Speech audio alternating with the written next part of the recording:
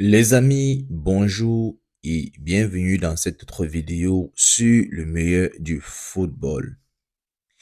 Hier, en prélude du match de la Côte d'Ivoire contre le Gabon, qui se tiendra ce mardi 9 septembre du côté du Gabon, le coach des éléphants, MS Faye et Amad Diallo ont donné une conférence de presse. Après cela a eu lieu une séance d'entraînement intense de nos Ivoiriens qui ont donné le meilleur d'eux pour la préparation intense, une préparation physique de qualité pour le match qui l'opposera aujourd'hui face au Gabon. Pendant cette conférence de presse, le coach MS Faye a dit: pour nous, comme pour tous les Ivoiriens, ce match est important, mais il n'est pas décisif. Car même si nous gagnons demain, mathématiquement, nous ne serons pas encore qualifiés. Car il restera deux matchs. On a envie de retrouver la Coupe du Monde après deux éditions manquées. On est prêt à en découdre demain. Oui, il s'est dit être prêt, mais il dit ils ont encore du temps pour être qualifiés. Êtes-vous du même avis que le coach MSFI qui s'est dit il y a encore deux matchs pour clôturer les qualifications pour le mondial? Du côté d'Amad Diallo, pendant cette même conférence de presse, il dit oui, on est conscient de la force de cette équipe gabonaise au regard de ceux qui composent leur attaque. Il fait référence ainsi à Aubameyang qui est actuellement en feu du côté de Marseille et bien d'autres. Mais malgré cela, nous, on reste concentrés sur notre collectif. L'équipe se sent bien, on a bien préparé le match, on est là pour prendre les 3 points. Oui, Amad Diallo dit que son équipe et les attaquants et lui sont prêts à prendre les 3 points. Une question a été posée à MSFI pendant cette interview, pendant la conférence de presse, à savoir s'il fera appel au jeu plus physique contre cette équipe gabonaise qui montre un physique de qualité, puisque la dernière fois, il a fait confiance à Simon et à Amad Diallo sur le côté droit.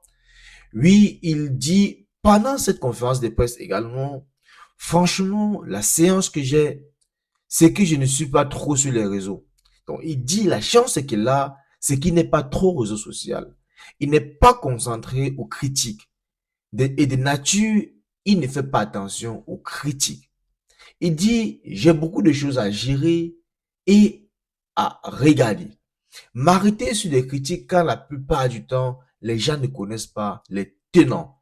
Oui, il fait appel ici aux multiples injonctions qui sont contre lui sur la tourelle, qui devra aligner telle personne, il devra aligner telle personne, mais il fait comprendre que il a son point de vue, il sait qui sont ses joueurs et il sait comment les manager. Il poursuit en disant, après c'est normal, ils ne sont pas à l'intérieur du groupe et ce n'est que normal. La majorité des supporters ne sont pas à l'intérieur du groupe. Ils ne peuvent avoir qu'un regard autre que celui d'observateur et celui de fan. Ils ne sont pas dans les secrets du groupe. Ils n'ont pas tous les tenants et les aboutissants, mais je ne fais pas vraiment attention à ça. Pensez-vous que le coach MSFI devrait ne pas faire attention aux critiques ou devrait simplement suivre sa ligne sur laquelle il est actuellement afin d'affronter cette équipe du Gabon et prendre les 3 points? Mais lorsque on observe la séance d'entraînement qui a eu lieu hier et l'état du groupe, on sent un groupe confiant, on sent un groupe heureux, on sent un groupe prêt à en découdre avec le Gabon. J'aimerais bien vous lire en commentaire qu'est-ce que vous pensez de cette sortie du coach MSFI. Je vais vous laisser comme ça pour la suite de cette vidéo avec les images de la séance d'entraînement de nos éléphants et la séquence d'interview du coach avec Amad Diallo lors de l'interview pour la conférence de presse de l'avant-match. N'oubliez pas de vous abonner si vous aimez ce contenu et si vous aimez le football, partagez également la page afin que d'autres personnes viennent ici écouter l'actualité du football. Je vous reviens comme ça en journée avec le probable 11 entrant de l'équipe nationale de Côte d'Ivoire qui sera choisi par MS Faye. Bon visionnage. Bonsoir à tous. Non, tout le monde se sent bien. On a bien récupéré samedi après le match avec une opposition contre nos U20 pour ceux qui avaient moins joué. On a voyagé hier dans des bonnes conditions. Tout s'est bien passé. On s'est tranquillement installé sur notre camp de base pour le match de demain. Donc tout va bien. Tout va bien. Tout le monde est en forme. Il n'y a pas de problème physique à noter dans le groupe. Tout le monde est en bonne santé et tout le monde est motivé pour se rapprocher encore un peu plus de la Coupe du Monde. Ça va être un match important pour les deux équipes. Je pense que le Gabon fait un super parcours. Parce que si vous regardez dans les autres groupes, avec 18 points, ils seraient premiers dans n'importe quel autre groupe. Donc ils font un très très beau parcours. Ils vont tout faire demain pour aller décrocher une qualification historique pour leur nation. Donc on s'attend à un match difficile contre une bonne équipe avec des bonnes individualités qui sera poussé aussi par leur public. Donc on s'attend à un match difficile, mais bon, comme vous l'avez dit, quand vous êtes champion d'Afrique, quand vous êtes la Côte d'Ivoire, tous les matchs sont difficiles, toutes les équipes sont motivées pour vous faire tomber, donc on est préparé à ce genre de match. On a la chance quand même d'avoir beaucoup d'attaquants de qualité aussi, et on a fait un choix de partir avec Ahmad, partir avec Simon et Bayo pour le premier match, mais ce n'était pas un choix physique, c'était un choix tactique. C'est un match très important. Pour nous, ce n'est pas un match décisif, c'est un match très important pour le parcours, pour la qualification mondiale. Donc, je pense qu'on va aborder le match avec beaucoup de concentration, parce que c'est ce qui va faire la différence demain. Et on respecte le Gabon, mais on va être ici pour aller chercher les 3 points. Moi, en général,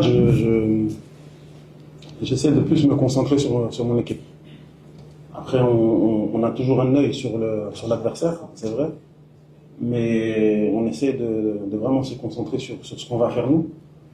Après, bien sûr que quand vous avez une attaque avec Aubameyang, Bonga, Levina, Babika, tout ça là, c'est sûr que vous avez un œil toujours très très avisé par rapport à eux, parce que ce sont des joueurs de qualité, ce sont des joueurs qui sont capables de faire des différences. Donc on sera attentif, mais personnellement, je préfère vraiment me concentrer sur mon équipe et sur le collectif adverse. C'est vrai que quand en général vous montrez du doigt un seul joueur en face, en général, c'est un autre joueur qui va vous faire mal. Je me souviens en 2005, qualif Coupe du Monde, contre le Cameroun. On recevait le Cameroun et on s'est tellement focalisé sur Eto'o qu'on a perdu 3-2 sur 3 buts d'Achille Webo. Donc personnellement, je préfère me concentrer sur mon équipe et sur le collectif adverse au lieu de regarder et de dire oui, il y a Aubameyang, donc il faut regarder que Aubameyang et puis laisser Bouanga, laisser Kanga, laisser les autres joueurs qui sont de très bons joueurs aussi et qui sont capables de marquer. On est vraiment venu ici pour gagner et aller chercher cette qualification pour la prochaine trêve internationale. Pour moi, le match, il est comme pour tous les Ivoiriens. Je pense que au-delà du staff, au-delà des joueurs, au-delà des membres de la délégation de la Fédération ivoirienne de football, je pense que pour tous les Ivoiriens, le match de demain, il est hyper important et il n'est pas encore décisif. Parce que comme je l'ai dit tout à l'heure, même si on venait à gagner demain, on ne serait pas encore qualifié. Mais il est hyper important et comme tous les Ivoiriens, on a envie de retrouver la Coupe du Monde qu'on n'a plus vue depuis 2014. Donc on est vraiment impatient d'être à demain pour en découdre. Et comme je l'ai dit, on va tout donner pour rentrer à Abidjan avec les 3 points.